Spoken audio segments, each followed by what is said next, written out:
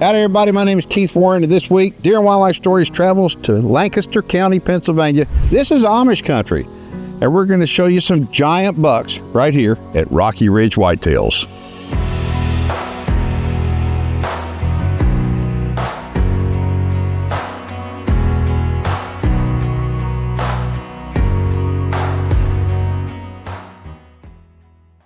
Record Rack Deer and Elk Feeds presents Deer and Wildlife Stories. The whitetail deer is America's favorite big game animal, and whitetail deer farming is the fastest growing segment in the agriculture industry. Our program's mission is to dive into the world of deer farming and inform you of how deer farmers all over the country are now using rapidly developing science-based research on their captive deer herds to solve the chronic wasting disease issue through selective breeding.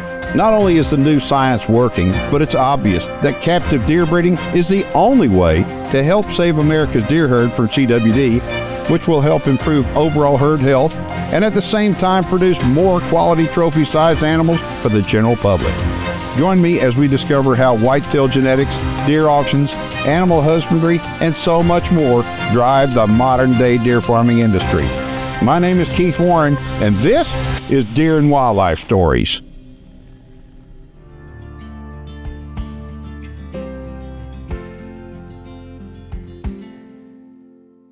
Yeah, I've been doing the Deer and Wildlife Story show now for 16 years. I've been to hundreds of deer farms during that time.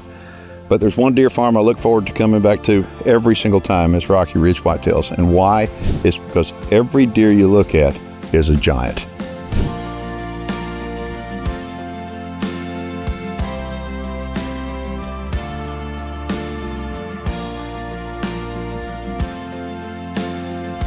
So this is about an hour outside of Philadelphia, Pennsylvania. When you come up here, you're going to be impressed with the look of the farm. You're going to be impressed with the deer, but you walk in here, now you may be wondering why John Irvin Stolfus on the video with us. Well, he's Amish. His family's Amish, and they choose not to be. But he's in the pens every single day, all day, with his deer. This is all he does. A lot of Amish people have furniture companies, or restaurants or stuff. Not John, okay? He grows deer, the biggest, baddest deer in the industry. So we've got so much to talk about on this show. I got Josh Newton here with me because he's going to help us kind of push this thing down the field and where y'all can follow along, because there's going to be a lot of really good information come across on this program. So just to tell you, we're at Rocky Ridge Whitetails, okay, Pennsylvania. Okay, this is the president of the Pennsylvania Deer Farmers Association. Tell people how Rocky Ridge rates out there. I mean, when you go to a deer farmer event, where does Rocky Ridge rate? Well, John and his family have almost 30 years in this business now, and over those 3 decades, they've really cemented themselves nationally as a leader in the industry, whether that be through genetics, his support of the industry, support of things that deer farmers need to be prosperous and grow their businesses. We want to show you some of the awards that John Irvin has won. I mean, we don't have fingers and toes enough to count them all. 100 more. I always love, every time I go to a show, John has all his awards displayed for all of his achievements. It's endless. He has to buy more booths to fit them in. Yes, it is absolutely amazing when you start looking at it, and the reason why is because he has nearly 3 decades of experience. And what happened is, for about 25 years, he was breeding for the greatest, biggest, baddest bucks there are, and here's some of them, okay? And all of a sudden he changed. Okay, tell him what he changed and why. So about 5 years ago, we have this introduction of a new technology, this GEBV technology. And John, as a leader in our industry, looked at that and said, this is the most important thing for my program and for all breeding operations within the country to start creating animals that have a resistance to chronic wasting disease. So we're giving you a lot of information about GEBVs and markers and all, but really, and that is one part of the picture here, but he's also continuing the other part of the picture and hit on that. So one of the main focuses that has always been consistent at Rocky Ridge is to make sure that these animals all have large mainframes. And what's a mainframe? These are the beams, these are the uptines. Yes, there can be extras, yes, there can be character, but we want to maintain that mainframe shape and size. To me, I look at it and go, wow, that's a mainframe.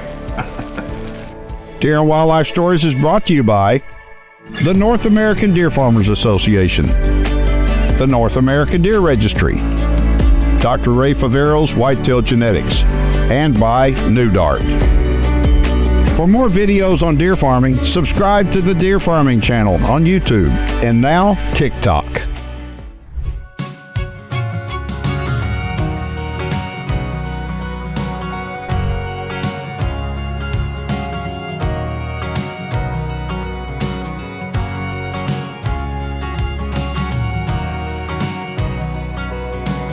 So as we're looking at these deer, these big deer out in the pens, I mean, many of them do have partners on them.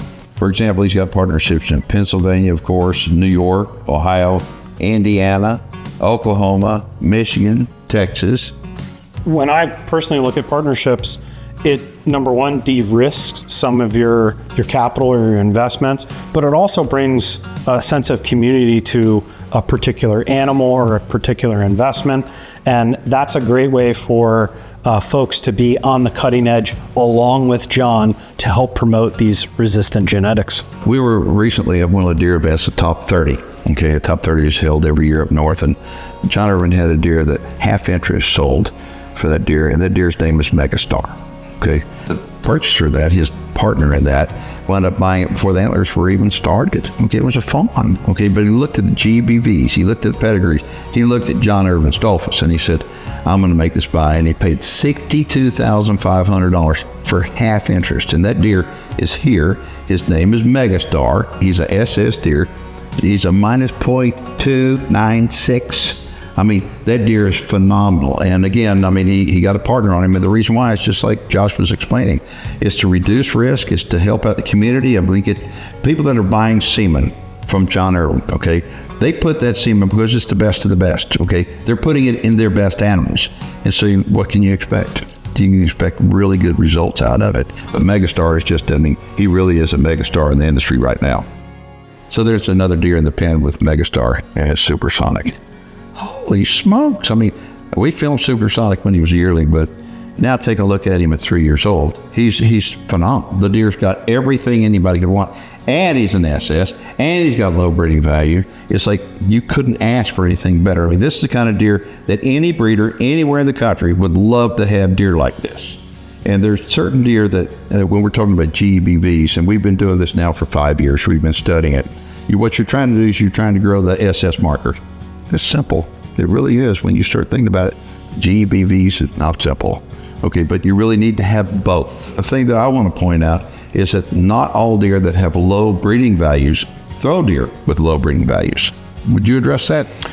Sure. I think when we start looking at breeding coefficients and some of the lineage or parentage of these animals, we start seeing animals that have better GBV drag, which is basically the level that some of these sires or does are moving the needle down that negative GBV range. A lot of these are anchor deer in the pedigrees. One of the deer that continues to come up in these pedigrees is Heather.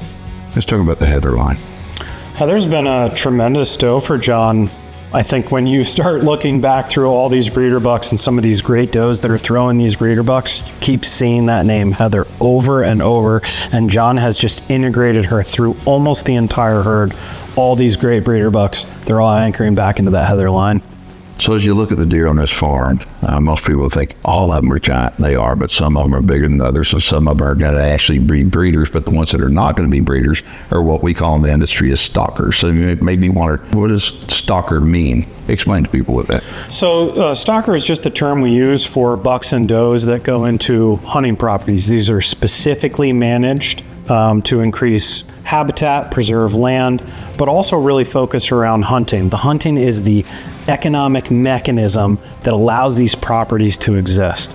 And so the stalker bucks are sold to preserve owners or ranch owners, and they're really working on their genetics, right? They have a clientele base, they want to produce good deer, and they come to places like Rocky Ridge to purchase that stock to naturally manage herds within those properties. I think that's important. It's important to understand that people will look at our show and think, well, you're just shooting those deer out of pens. We're not doing that. It's the genetics that are being produced in these pens, that are being released out in a large piece of property, that are helping the genetic diversity on those pieces of property. And so the genetics that you see here that are becoming more and more CWD resistant, helping deer out there to become more CWD resistant as well.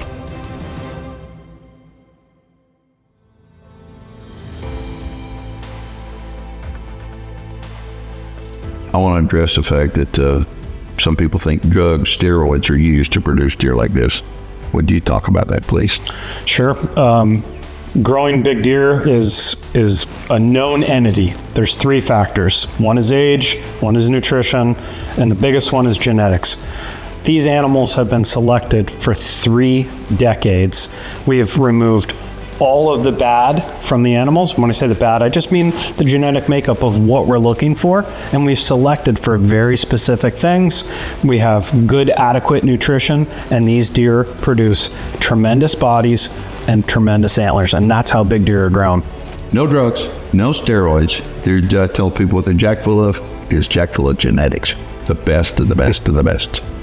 Deer and Wildlife Stories is brought to you by RS Deer Ranch, Record Rag Deer and Elk Feeds, Rut Manufacturing, and by the Cervid Livestock Foundation. Deer and Wildlife Stories will be right back. Closed captioning provided by Advanced Deer Genetics.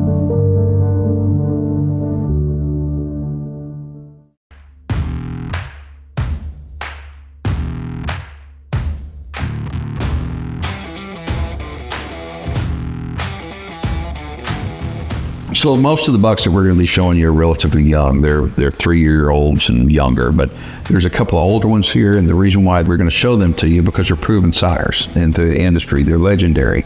So when you get on NADR, the North American Deer Registry, you're going to be able to see these pedigrees. And John Irvin's got 2 bucks out here that you're going to see consistently popping all over. You got Cruiser, and he's 9 years old. Cruiser is a GS. Okay, but his breeding value is what is so impressive. His breeding value is a negative 0.228. That's his breeding value, and the fact that he produces over and over again. That's the reason why he's still here. All right, so take a look at Navigator. Navigator is a 6-year-old. He is a beautiful deer. He's an SS as well. And we talk about partnerships in the whitetail deer. I mean, a friend of mine, Jane Webster, MVP Whitetails, is a partner on Navigator, and he's used Navigator. Navigator's getting it done, whether you're in Texas, Oklahoma, Pennsylvania, it doesn't matter. I mean, Navigator is getting it done too. But most of these other bucks are 3-year-olds or younger, and there is one 4-year-old. His name is Milo, and just take a look at him. Now, Milo is an SS, which is really, really good. But check out his breeding value. He's a negative 0.200. That's a really good deer. And see, I want to point out there's a deer that is out here, Mr. Massive. Mr. Massive is a 3-year-old right now. He is huge, and we filmed him when he was a 1-year-old. This deer has got a tremendous GEBV value, a low value, and so I decided to breed with him. Well, the deer that I got at Mr. Massive had low breeding values. It drove the breeding values down low, and I was like, yay! I started looking around. Mr. Massive drives some of the breeding values down so low that Daniel Thomas has got a doe that's better than a minus 0.4 SS, which is incredible. How many breeders would like to have that deer? All of them. All of them. And the reason why is it came from this farm right here. And Mr. Massive is just one of many boxes out here that can do that for you. But there's another 3-year-old. His name is Missile. We filmed him as a yearling as well, and he's a SS with a negative 0.18. And here's another 3-year-old. His name is Propeller. Now, Propeller, once again, he's an SS, and his breeding value, get this, he's a negative 0.166. So Propeller's a really good deer. And then we've got North Star. North Star is a yearling. Of course, he's a SS as well, and he's a negative 0.1425. So North Star is a great deer. And then take a look at this deer, Higher Standard. Now, Higher Standard, he's an HS on his markers, but he's a negative 0.3204. I mean, that's a heck of a deer. And then there's a 3-year-old. Take a look at this guy. His name is 4 Below. His breeding value is a negative 0.4015. How's that for a low breeding value? And here's one I really like. I mean, that buck right there, that is Ocean Wide. Now, Ocean Wide, his breeding value is a negative 0.1732. Golly, what a buck. Look at the frame on that guy. So how long does it take to grow big deer like this, okay? I mean, John's been doing this since he was 12 years old, so nearly 3 decades, okay? He started with his dad, all right? But how long does it take to grow big deer? I think it all depends on what kind of genetics you start with. Do you agree with that? Yeah, it sure does. When you look at genetics, I mean, you can go out and purchase genetics. I think the thing that makes Rocky Ridge special is that they've been creating and working these genetics for those 3 decades. So when people come and they spend their hard-earned dollars with them, they know they're getting that consistency from Rocky Ridge. And the thing about it is people that have done that and that have purchased those genetics from here, within 4 or 5 years, they're already producing giant deer. Whereas taking other guys decades to not even grow that big a deer. The reason why is because they started with the best. Take a look at it. The does are what we're really talking about here, okay? What happens is when you prove a deer out, it takes years to prove that deer out. I mean, 4 years, 5 years, 6 years sometimes to prove it out. What does that mean? So when people start first breeding with a buck, they're going to see the sons first. And they're going to see a whole pile of production out of these sons. When we see these really big sons, we know we can start looking at those daughters that are coming out of Cruiser and Navigator. We know they're going to produce. That's been the case here. And so it takes years to make that happen. So as a deer breeder, what we're doing, we're not just breeding for this coming fall. We're breeding for 3 or 4 falls from now. Okay, and that's the reason why you want to deal with somebody that has the experience and the history of doing it successfully. And take a look at these pedigrees, because it's all of it's quality and not quantity. Deer and Wildlife Stories is brought to you by Record Rag Deer and Elk Feeds, New Dart, Prime Acres Outfitters, Rut Manufacturing, the new Game Management Software, and by VAF Contracting and Fencing. Now it's time to hear from Ron with VAF Contracting and Fencing. Hey guys, it's Ron here. Today we're out here looking at something that's really different and unique in comparison to everybody's properties. I always get asked, how do we fence over a draw or down a steep cliff area in order to keep animals in and keep other stuff out? So as you can see right here, we have a pretty significant draw. In order to do this, we have to come down to the bottom in solid foundation and start building our way up. In doing so, we then can continue to our fence over the edge, down to the bottom to solid foundation, and keep our fence line going so that you're completely secure. Doesn't matter how crazy or diverse or unique your property layout may be, we can figure out how to take care of you here. To contact VAF Contracting and Fencing, call 254-709-9418.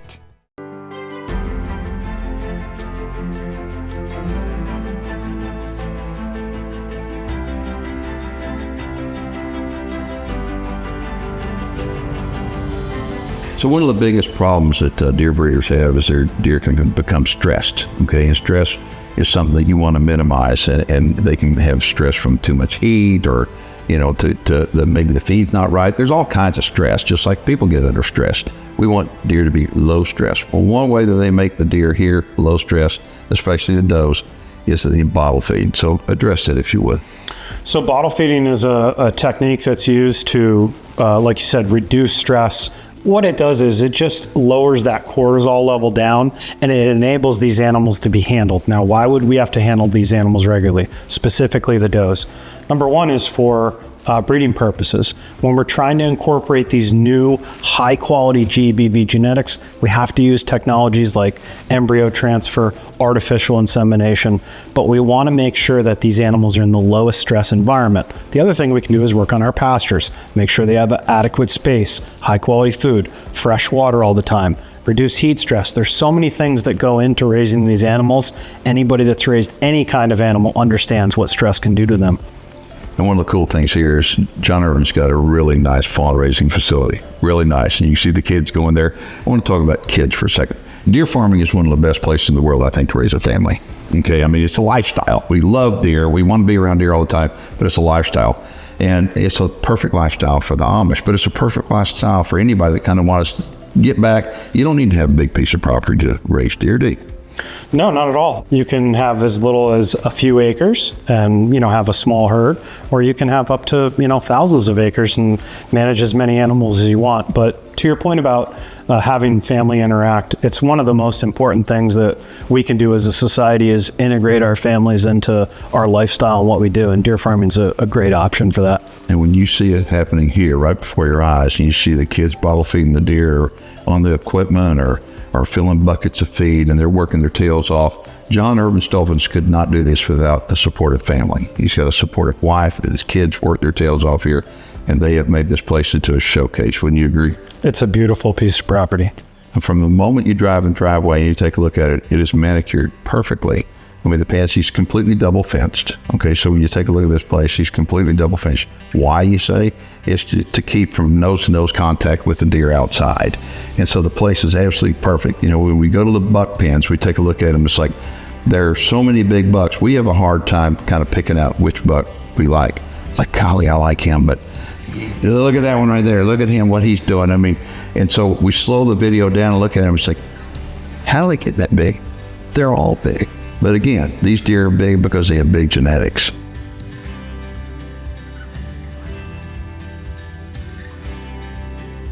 Now, this farm is located about an hour outside of Philadelphia, Pennsylvania. It's in Lancaster County. This is Amish country. It's a beautiful place with beautiful deer, and if you'd like more information on coming out here and taking a look at what John Irvin and his family have grown, the phone number's on the screen right now. Call him, talk to him. He'd love to show you the place. And I promise you, when you come out here, you're gonna realize that, wait a minute, you just came to the best of the best in the deer breeding world. If you go online, you can look up Rocky Ridge Whitetails.com, and you'll see everything that's going on here. And I think you'll be impressed.